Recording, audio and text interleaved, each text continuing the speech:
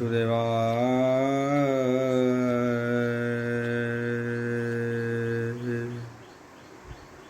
ओम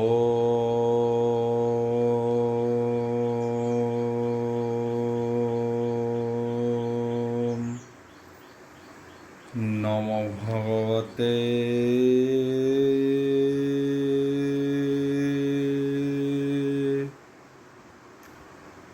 वासुदेवाय।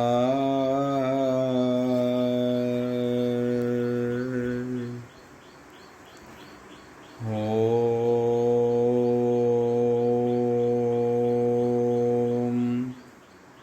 नमो भगवते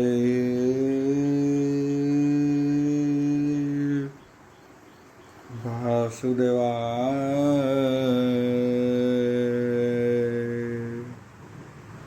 ओम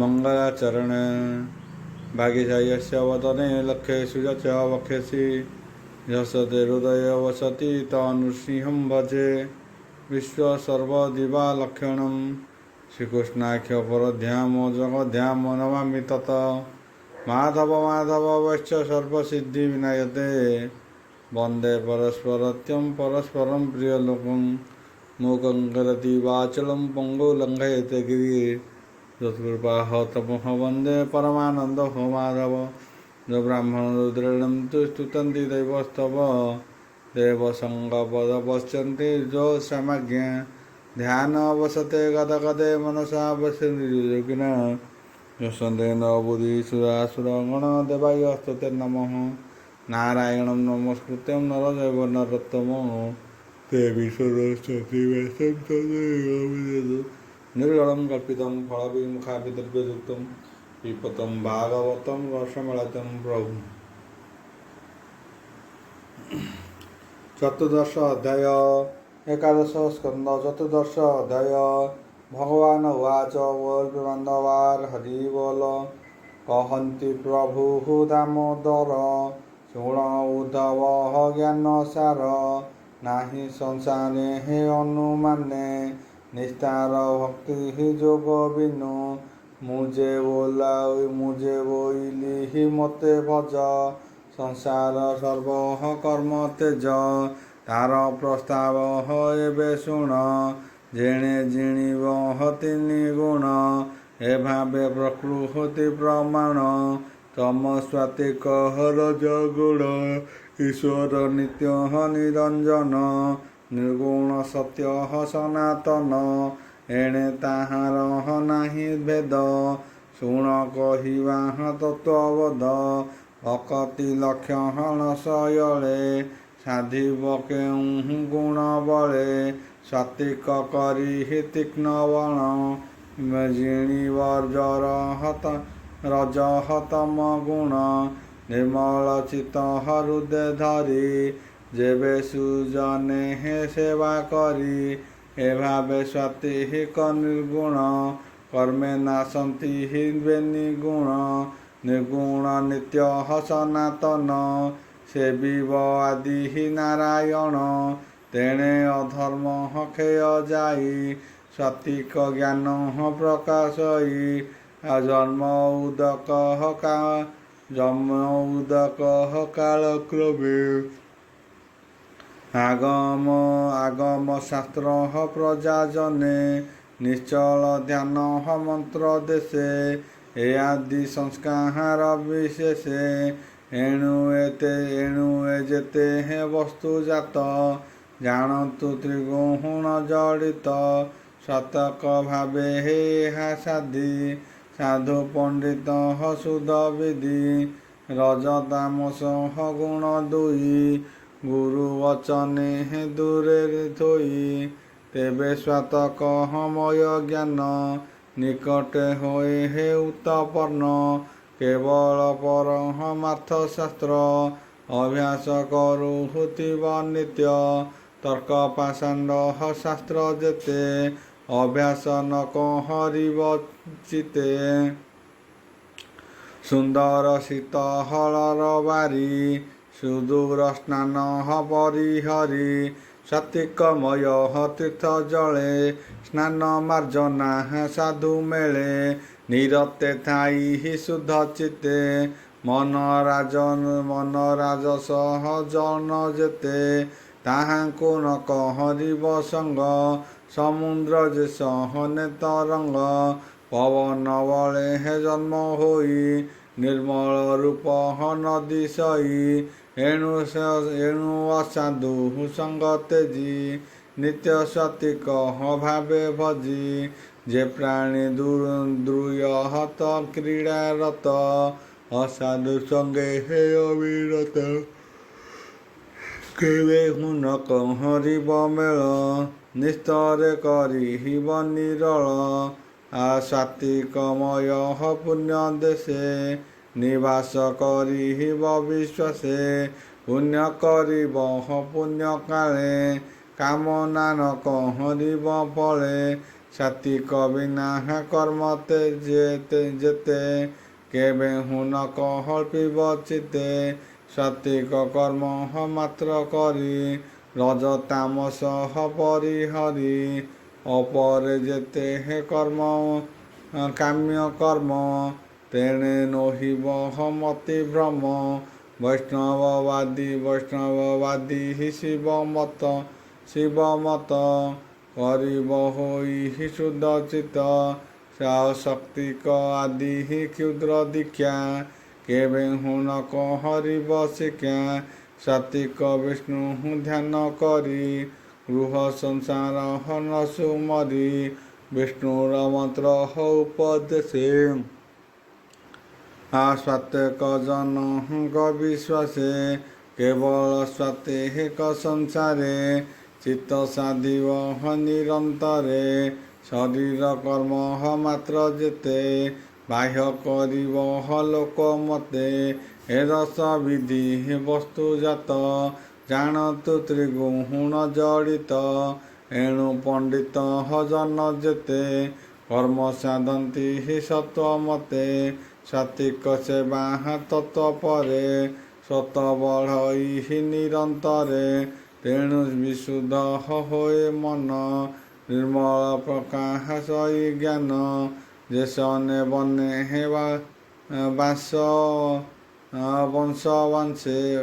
ବଂଶବାଂଶେ ଆଉ ନଳ ବହୁ ଯେ ଘର ସେ ବନ ଦେହେ ତେଜ ବଳେ ପୁଣି ସେ ଲିଭ ହଇ ନିଶ୍ଚଳେ ଏ ରୂପେ ଗୁଣ ମୟ ଦେହି ସ୍ୱାତକ ଭାବ ରହି ବିଷ୍ଣୁ ସ୍ମରଣେ ଚିତ୍ତ ଜଡ଼ି ଭଜତୁ ସର୍ବ ଧର୍ମ ଉଡ଼ି ହେମନ୍ତେ ଶୁଣି କୃଷ୍ଣ ବାଣୀ ଉଦ୍ଧବ ଯୋଡ଼ି ବେନି ପାଣି ଉଦ୍ଧବ ଉବାଚ ବୋଲ ବୃନ୍ଦବାର ହରି ବୋଲ।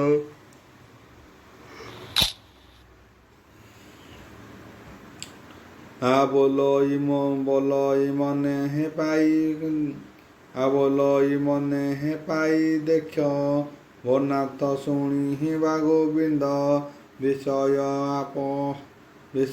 ଆପଦର ସ୍ଥାନ ଭଲେ ଜାଣନ୍ତି ସର୍ବଜନ ସକଳ ଶାସ୍ତ୍ର ମୁଖୁ ଶୁଣି ଗୁରୁ ବଚନ ପରିମାଣି ଦୁର୍ଜୟ ଲାଳ ହସ ବିଷୟେ ପୁଣି ଭୁଞ୍ଜନ୍ତି କିମ୍ପା କହେ ଯେ ସନେ କରନ୍ତେ ଉଚ୍ଚନ ଆଉ ଉଚ୍ଛିଷ୍ଟନ ଚାହାଡ଼ଇ ଶ୍ୱାନ ଯୋଗେ ଯୋଗିଣୀ ପାଦ ଦୁଇ ଗଧକୁ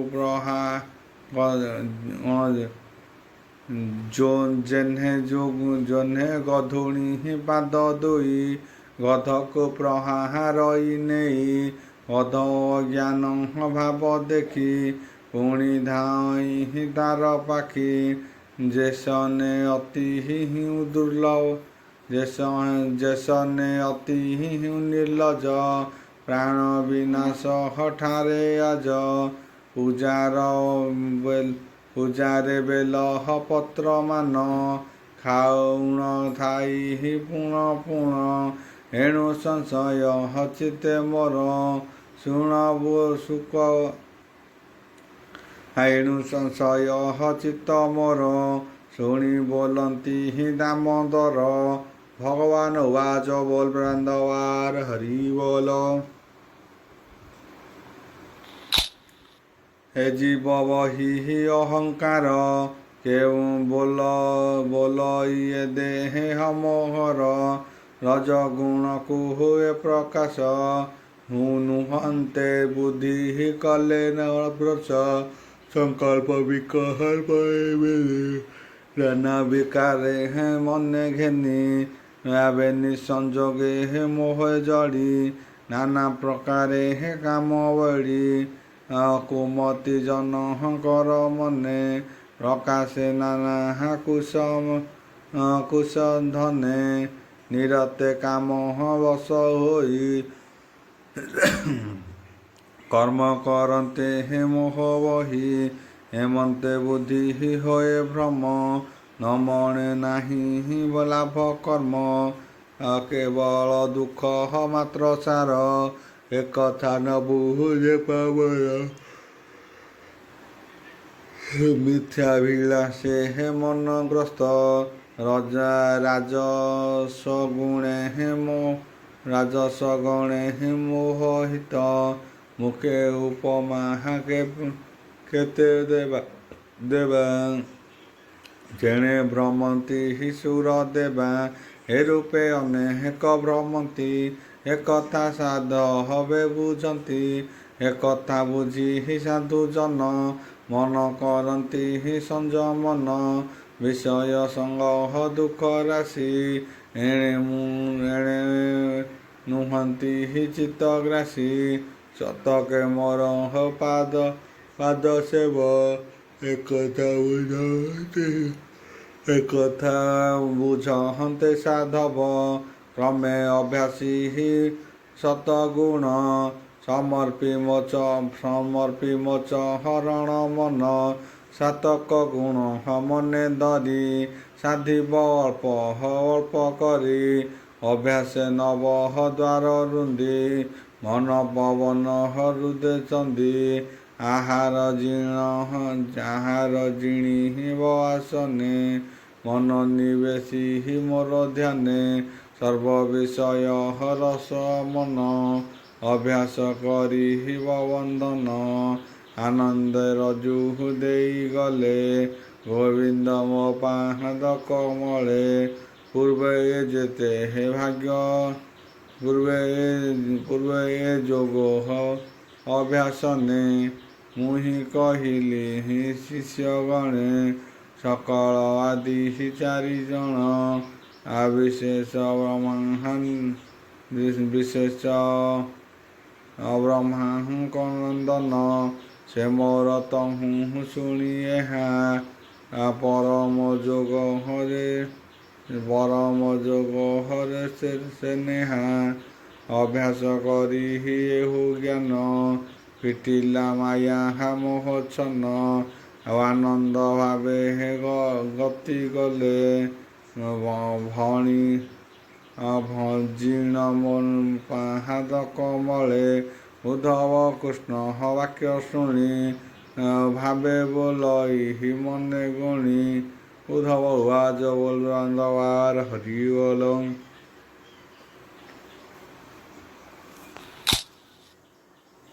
ପନାଥ ପ୍ରଭୁ ଭଗବାନ ଏଣେ ସଂଶୟ ମୋର ମନ। କାହୁଁ ତୁ ବସି କେଉଁ ଠାବେ ବ୍ରହ୍ମାର ପୁତ୍ରଙ୍କ ପ୍ରସ୍ତାବେ। କି ରୂପେ ଧରି ତୁ ଶରୀର ଯୋଗେ କହିଲୁ ଦାମୋଦର। ତୋହର ଦୟା ଯେବେ ମତେ ସେ ଯୋଗ କହ ମୋ ଅଗ୍ରତେ। ହେମନ୍ତେ ଶୁଣି ତା ବଚନ ବୋଲନ୍ତି ଦେବକୀ ନନ୍ଦନ। ଉଦ୍ଧବ ଉବାଚ ଶୁଣ ଉଦ୍ଧବ ସାଧୁ ଧୀର। ସେ ଚାରି ବ୍ରହ୍ମାଙ୍କ କୁମର ପିତାର ପାଦେ ହସ୍ତ ଦେଇ ଯୋଗେ ପୁଛିଲେ ଚାରି ଭାଇ। ବୋତାତ ଶୁଣ ଦେବବର ଦୁସ୍ତର ଏ ଭବ ସାଗର। ପ୍ରାଣୀ ଅଛନ୍ତି ଏତେ ମର୍ଜି ବିଷ୍ଣୁ ମାୟା କୋହ ସତ୍ୟ ବୁଝି ସ୍ଥାବରବାଦୀ ଜନ୍ତୁ ଯେତେ ଏ ମାୟା ଜରିବେ କେମତେ ପ୍ରାଣୀର ମନ ମାୟା ସଙ୍ଗେ ନାନା ପଞ୍ଚମ ସଞ୍ଚେ ରଙ୍ଗେ ଲାଳସ ବିଷୟ ଗୋଚରେ ଚିତ୍ତ ନିବେଶୀ ନିରନ୍ତରେ ଏଣୁ ବିଷୟ ଚିତ୍ତ ମନେ ପ୍ରବେଶ କର ଭାବ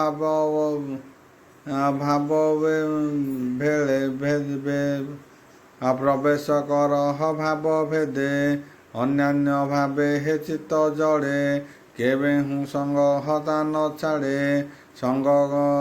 ସେ ସଙ୍ଗ ତୁଟ ହୋଇ କେମନ୍ତେ ପ୍ରସନ୍ନ ହୁଅ ହତା ତ ଏତେ କି ରୂପେ ତାର ଉପାୟ ବନାତ ପୁଛୁ ତୋର ପୟ ପୁତ୍ରଙ୍କ ବାକ୍ୟ ଶୁଣି କର୍ଣ୍ଣେ ବିଧାତା ଦେବ ଅନୁମନେ ଚିନ୍ତି ନ ପାରି ଦୁଃଖ ମନେ ବସିଲା ନିଶ୍ଚଳ ଆସନେ ସମାଧି କରି ଚିତେ ମତେ ସଂଶୟ ଜାଣି ବାକିନି ମତେ ବ୍ରହ୍ମାର ଧାନ ବଳେ ମୁଇଁ ମିଳିଲି ହଂସ ରୂପ ହୋଇ ବ୍ରହ୍ମାଙ୍କୁ ଦେଖା ଦେଲି ତହିଁ ତକ୍ଷଣେ ମୋର ରୂପ ଚାହିଁ ବେଗେ ବ୍ରହ୍ମାର ପୁତ୍ର ଗଣେ ନମିଲେ ମୋହର ଚରଣେ ତକ୍ଷଣେ କରି ଅବଦାନ ମତେ ପୋଚିଲେ ହେ ବିଦ୍ୟମାନ ଭୁବଂଶ କେଣେ ହେତ ବିଶ୍ରାମ ତୁ କିନ୍ତୁ କେ ତୁମ୍ଭେ କିବା ତୁମ୍ଭ ନାମ କିବା କାରଣେ ହେ କିସ ଅର୍ଥେ ଏଥି ମିଳିଲ ଶୂନ୍ୟ ପଥେ ନିଶ୍ଚୟ ଜାଣିବା ଅର୍ଥ ମତେ ପୁଛିଲେ ବ୍ରହ୍ମାର ସୁରି ସୁତେ ତାହାଙ୍କ ପ୍ରଶ୍ନ ମୁହିଁ ଶୁଣି ଯାହା କହିଲି ପରିମାଣି ଶୁଣ କହିବା ତୋର ଆଗେ ଆତ୍ମା ପ୍ରସନ୍ନ ଅନୁରାଗେ ବସ୍ତୁ ବିଚାରେ ହେ ଆତ୍ମା ଏକ କେବେ ନୁହ ହଇ ଅନେକ ତୁମ୍ଭର ପ୍ରସହନ ପ୍ରସ୍ତାବ କହିବା ଯେ ମହନ୍ତ ଜାଣିବ ସର୍ବଶରୀର ପଞ୍ଚଭୂତ ଚରିତ ଏ ମାୟା ଜଗତ ସକଳ ଦେହେ ଏକ ଧର୍ମ ସକଳ ଦେହେ ଏକ ବ୍ରହ୍ମ କେବଲେ ପଚାରିଲୁ ମତେ ଏ ପ୍ରଶ୍ନ ଘଟିବ କେମନ୍ତେ ତାହା କହିବା ତୁମ୍ଭ ଶୁଣ ମୁହିଁଟି ପ୍ରଭୁ ନାରାୟଣ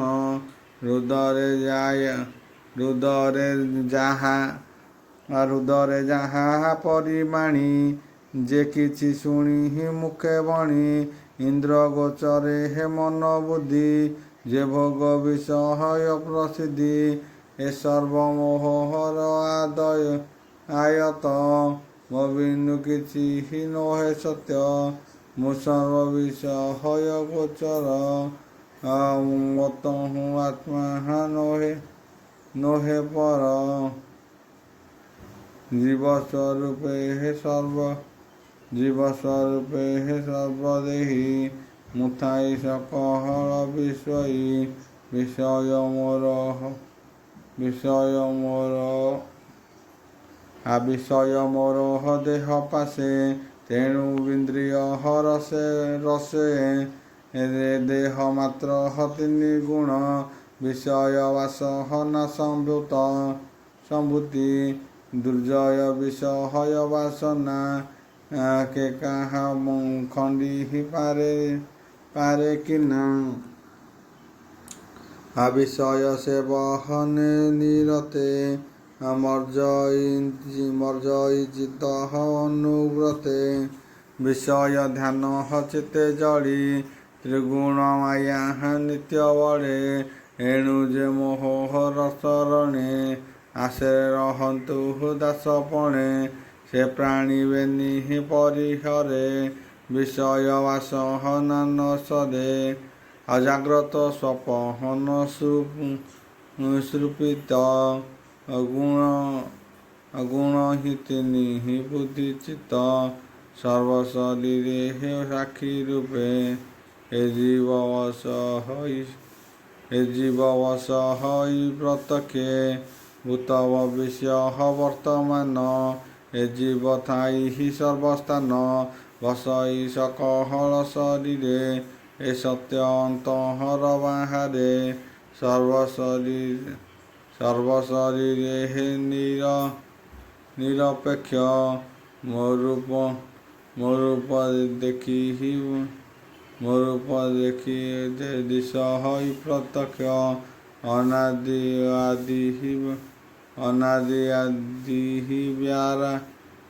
ଅନାଦି ଆଦି ବ୍ୟାର ବନ୍ଦୀ, କର୍ମ ବାସନା ବେଳେ ଛନ୍ଦି,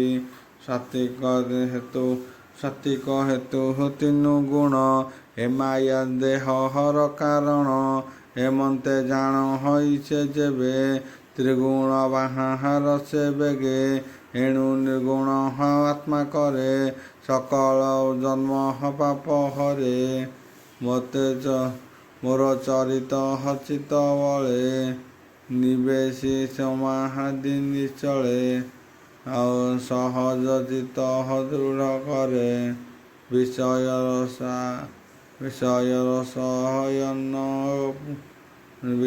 ରସହନ ଚୁମରେ, ବ୍ୟର୍ଥ ଅହଙ୍କାର ମନ, ଜୀବର ସଂସାର ବଦନ, ମାୟା ସଂସାରେ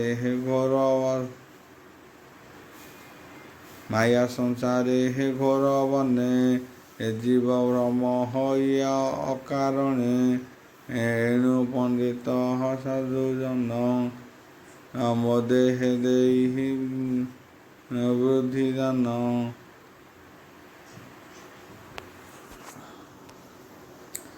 ଏଣୁ ପଣ୍ଡିତ ସାଧୁଜନ, ମୋ ଦେହେ ଦେଇ ବୁଦ୍ଧି ମନ, ସଂସାର ଚିନ୍ତା ଦୂର କରି, ଚିତ୍ତେ ମୋ ଚରଣ ସୁମରି, ଯାବତ ନାନା କର୍ମ ଚିନ୍ତି, ଏ ଜୀବ ଭ୍ରମ ହୋଇ ନିରତି, ତାବତ ଘୋର ଦୁଃଖ ମନ, ଜାଣି ନ ଜାଣେ ତମ ଜନ, ଜ୍ଞାନ ଅଜ୍ଞାନ ମାର୍ଗ ଦୁଇ, ସ୍ୱପ୍ନ ଦୃଷ୍ଟାନ୍ତେ କହିବଣି, ଯେ ସ୍ୱପ୍ନ ନାନା ଅର୍ଥେ, ନିଦ୍ରାରେ ମଣେ ତାହା ସତ୍ୟ, ସେ ପୁଣି ନିଦ୍ରା ଅବସାନେ, ସକଳ ଦସ୍ୟ କରି ମଣେ, ସେ ରୂପେ ଦେହ ଧର୍ମ ଯେତେ, ଗୁଣ ଆଶ୍ରମ ଅନୁମତେ, କର୍ମେ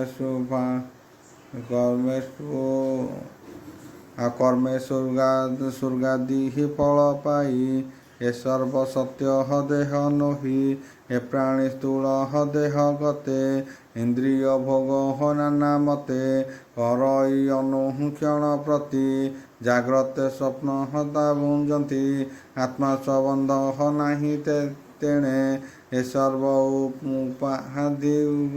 ଉପାଧି ତ୍ରିଗୁଣେ, ଏମନ୍ତେ ଅନୁମାନେ ଚିତ୍ତେ, ମୋହର ଦୁଃଖ ସୁଖ ପତେ, ତେଜିଣ ମୋହର ବିଷାଦ, ସଂସାର ବାସନା ପ୍ରସ୍ତାବ ପ୍ରମାଦ, ଅଧର୍ମ କୂଟ ବାଦ ବୁଦ୍ଧି, ଏ ସର୍ବଚ୍ଛେଦ ଜ୍ଞାନ ସାଧି, ସାଧୁ ସଙ୍ଗମ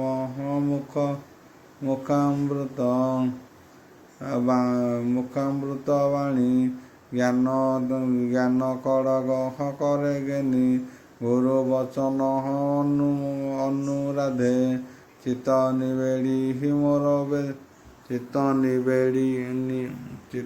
ବଡ଼ି କାଟ ବେଗେ, ସର୍ବସଂଶୟ ମନୁ ତେଜ, କେବଳ ଭାବେ ମୋତେ ଭଜ, ମନ ବିଳାସ ହଏ ଜଗତେ, ଗଗନେ ବିଜୁଳି ଯେମତେ।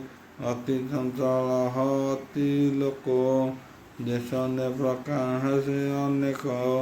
ଆଉ ଏକତ୍ଵ ବ୍ରହ୍ମ ଜ୍ଞାନମୟ, ପ୍ରକାଶ ବ୍ରହ୍ମ ରୂପ ପ୍ରାୟ। ଅନିତ୍ୟ ସଂସାର ଗହନେ, ଏହା ତୁ ଚିତେ ହେ ଅନୁମାନେ। ତୁମ୍ଭେ ଯେ ବୋଲ ସର୍ବଦେହି, ଏ ଭେଦ ସୃଷ୍ଟି ସର୍ବଠାଇ। ଏ ଦୃଷ୍ଟି ନିର୍ବହତ ଯେବେ, ଆତ୍ମା ପ୍ରକାଶ ହୁଏ ତେବେ। ଆତ୍ମାର ସୁଖ ଆତ୍ମାର ସୁଖ ପରିପୂର୍ଣ୍ଣ କରେ। ଆଉ ଅନନ୍ତ ବାସ ନାରୁତରେ, ସକଳ ଚେଷ୍ଟା ପରିହରେ।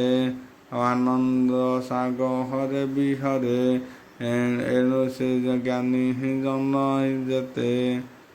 ଭଜନ୍ତି ମୋର ପାଦ ଗତେ, ଭକତି କରି ମତେ ଲୀନ।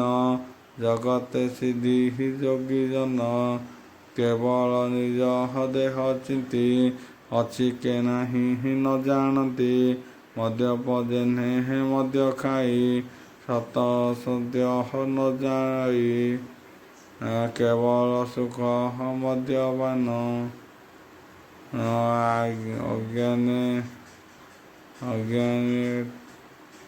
ଅଜ୍ଞାନେ ଘୃଣିତ ଲୋଚନେ, କିଛି ଆଉ ଅଛି କି ନାହିଁ ନିଜ ଦେହ। ଉଭୟ ତମେ ନ ଜାଣଇ, ଜ୍ଞାନୀ ଏମନ୍ତ ରସେ ରସେ। ସୁଖ ସମୁଦ୍ର ନିତ୍ୟ ଭାସେ, ଅଦୃଷ୍ଟବଶ ଏ ଶରୀର। ଯାବତ୍ କର୍ମ ଭୋଗରେ, ଏ ଭାବ ଦେଖି ଶୁଦ୍ଧ ଜନେ। ଆଉ ଆଦର ନ କରନ୍ତି ମନେ, ସପନ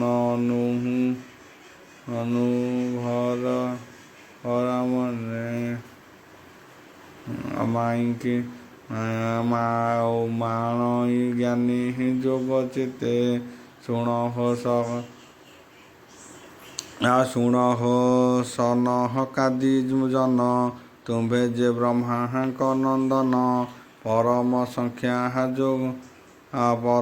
ସଂଖ୍ୟା ଯୋଗ ମାର୍ଗେ।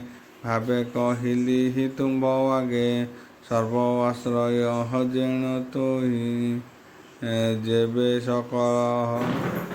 ସକଳ ଦେହ ଖାଇ, ଏଣୁ ମୁଁ ସର୍ବ ଯଜ୍ଞପତି।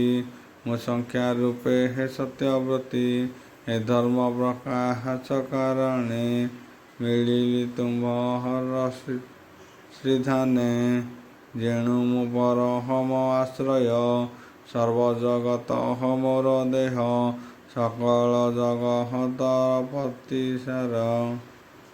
ମୁଁ ଜୀବ ଆତ୍ମାର ଗୋଚର, ସାତ୍ୱିକ ରଜଃ ତମ ଗୁଣେ। ମୋର କିଙ୍କର ହଏ ପ୍ରମାଣ, ସକଳ ଶରୀରେ ମୁଁ ପୁରୀ। ମୋ ବନ୍ଧୁ ପ୍ରିୟ ଅଧିକାରୀ, ଆଉ ଅନନ୍ତ ଶକ୍ତି ମୁଁ କାରଣ। ମୁଁ ନିରପେକ୍ଷ ମୁଁ ନିର୍ଗୁଣ, ଆଉ ଅଣିମା ଆଦି ନିଧି ମୋର। ଏଣୁ ମୁଁ ବୋଲ ହୋଇ ଶରୀର, ସକଳମୟ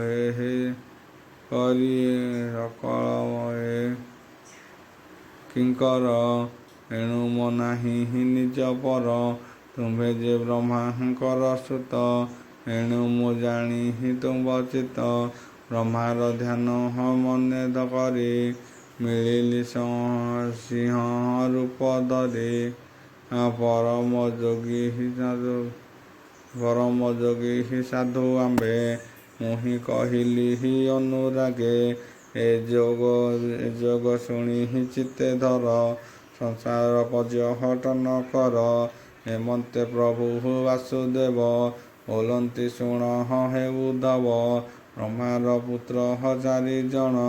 ସାନନ୍ଦ ଶୁଣି ହିମ ବଚନ ସର୍ବ ସଂଶୟ ହର ଦୂର। ଆନନ୍ଦେ ଧରି ହିମ ଭୟର ଶ୍ରୁତି ବଚନ ଅନୁବାଦେ।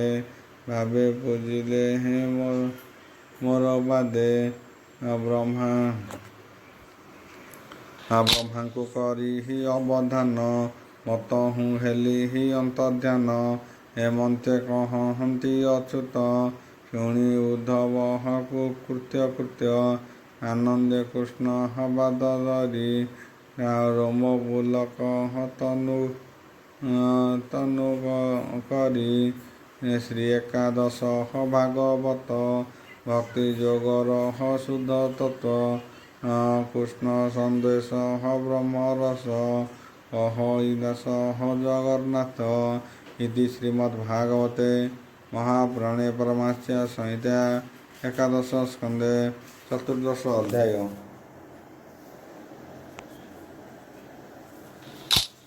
ପଞ୍ଚଦଶ ଅଧ୍ୟାୟ।